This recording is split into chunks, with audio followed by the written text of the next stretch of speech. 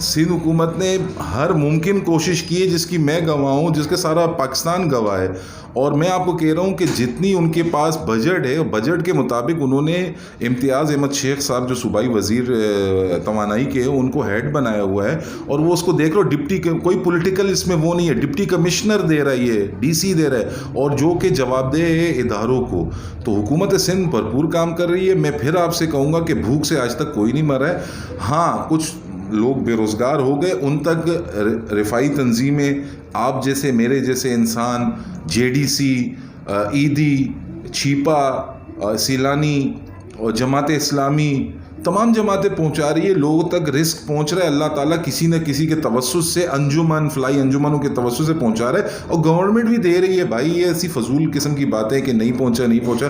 جتنا گورنمنٹ کے پاس 200 بیگ دیے, 200 بیگ میری یونین کونسل میں 184 بیگ آئے ہیں ڈی سی کی طرف سے.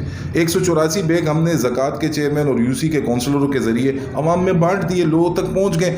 لیکن پھر آپ کے چینل کے توسط سے کہوں گا کہ کچھ لوگ پروفیشنلز ہیں جن کے گھر میں راشن اتنا ہو گیا کہ وہ 2 سال تک اب ان کو راشن لینے کی ضرورت نہیں. اب کسی کے ماتھے پہ نہیں لکھا ہے کہ یہ سفید پوش ہے یا یہ کالا پوش ہے یا یہ پروفیشنل ہے.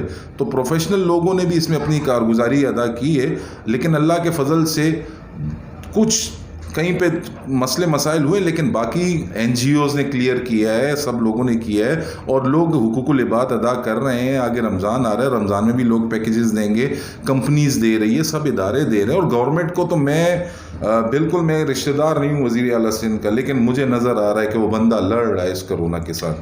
تو یہ راشن کو لے کر جو سندھ گورنمنٹ کے خلاف جو باتیں کی جا رہی ہے, اس کو آپ کیا سمجھتے ہیں؟ پروپیگنڈا سمجھتے ہیں سندھ گورنمنٹ کو ناکام کرنے کے لیے, یا جو اقدامات سندھ گورنمنٹ نے لیے ہیں جس کی وجہ سے سندھ گورنمنٹ کی پوری دنیا میں اس وقت تعریف کی جا رہی ہے, کیا یہ سندھ گورنمنٹ کو بدنام کرنے کے لیے یہ پروپیگنڈا کیا جا رہا ہے؟ اگر وہ یہ پروپیگنڈا نہیں کریں گے تو سیاست کس چیز پہ کریں گے؟ اگر وہ یہ بات کہیں گے کہ وزیر اعلیٰ نے اچھا کام کیا ہے تو کل کو ووٹ کس چیز پہ لیں گے؟ یہ ان کی ریت ہے, گالم گلوچ ان کا شیوا ہے, اور یہی حرکتیں کر کے انہوں نے پورے پاکستان کے بچوں کا نظریہ جو ہے نا وہ غلط کیا ہے. وہ وزیر اعلیٰ کے خلاف اگر غلط بات نہیں کریں گے, منفی پروپیگنڈا نہیں کریں گے, تو وہ پالیٹکس کس چیز پہ کریں گے؟ اگر انہوں نے بھی کہہ دیا کہ وزیر اعلیٰ نے ٹھیک کیا ہے تو کل کو ووٹ کس چیز پہ لیں گے؟ وہ اب بھی پالیٹکس کر رہے ہیں, اور وزیر اعلیٰ کہہ رہا ہے ہاتھ جوڑ کے کہ سیاست بعد میں کر لینا, سیاست بعد میں کر لینا.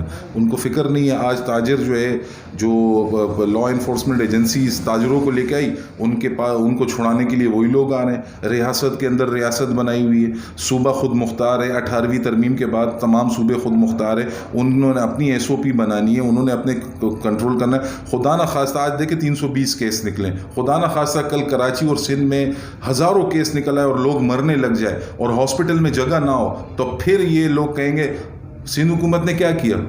سندھ حکومت نے کچھ نہیں کیا. سندھ حکومت کر رہی ہے, اس کو کرنے دو, وہ ذمہ دار ہے. وزیر اعلیٰ جواب دے, اس کو کرنے دیا جائے, وہ بہترین طریقے سے کر رہے ہیں.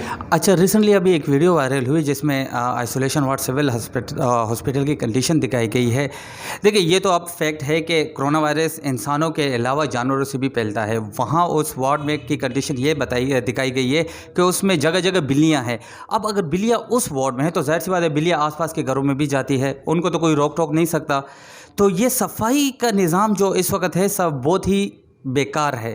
تو سندھ گورنمنٹ اس حوالے سے بالکل بھی کچھ نہیں کر رہی. سندھ گورنمنٹ صحت کے معاملے میں ماشاء اللہ جس طریقے سے سندھ گورنمنٹ کا کام ہے وہ تینوں صوبوں کے کسی بھی اس کا نہیں ہے. سندھ گورنمنٹ کے پاس تمام کٹس موجود ہیں. بلیوں کی آپ نے بات کی ہے, بلیاں اب وہ کرونا وائرس میں نہیں آئی, بلیاں وہاں پلی ہوئی ہے, وہاں گھومتی پھرتی تھی. اب کچھ نظر نہیں آیا تو بلیوں کی شکل دکھا دو, ویڈیو دکھا دو. ٹراما سینٹر دیکھے, NICVD دیکھے. ابھی ریسنٹلی سندھ گورنمنٹ نے ہمارے یہاں پہ جو ہے نا کیماڑی میں MNA کے ذریعے جو ہے وہ ایک ہارٹ کا پورا ایک کیمپ بھجوایا ہے جو یہاں پہ فرسٹ ایڈ دے گا ہارٹ پیشنٹ کو.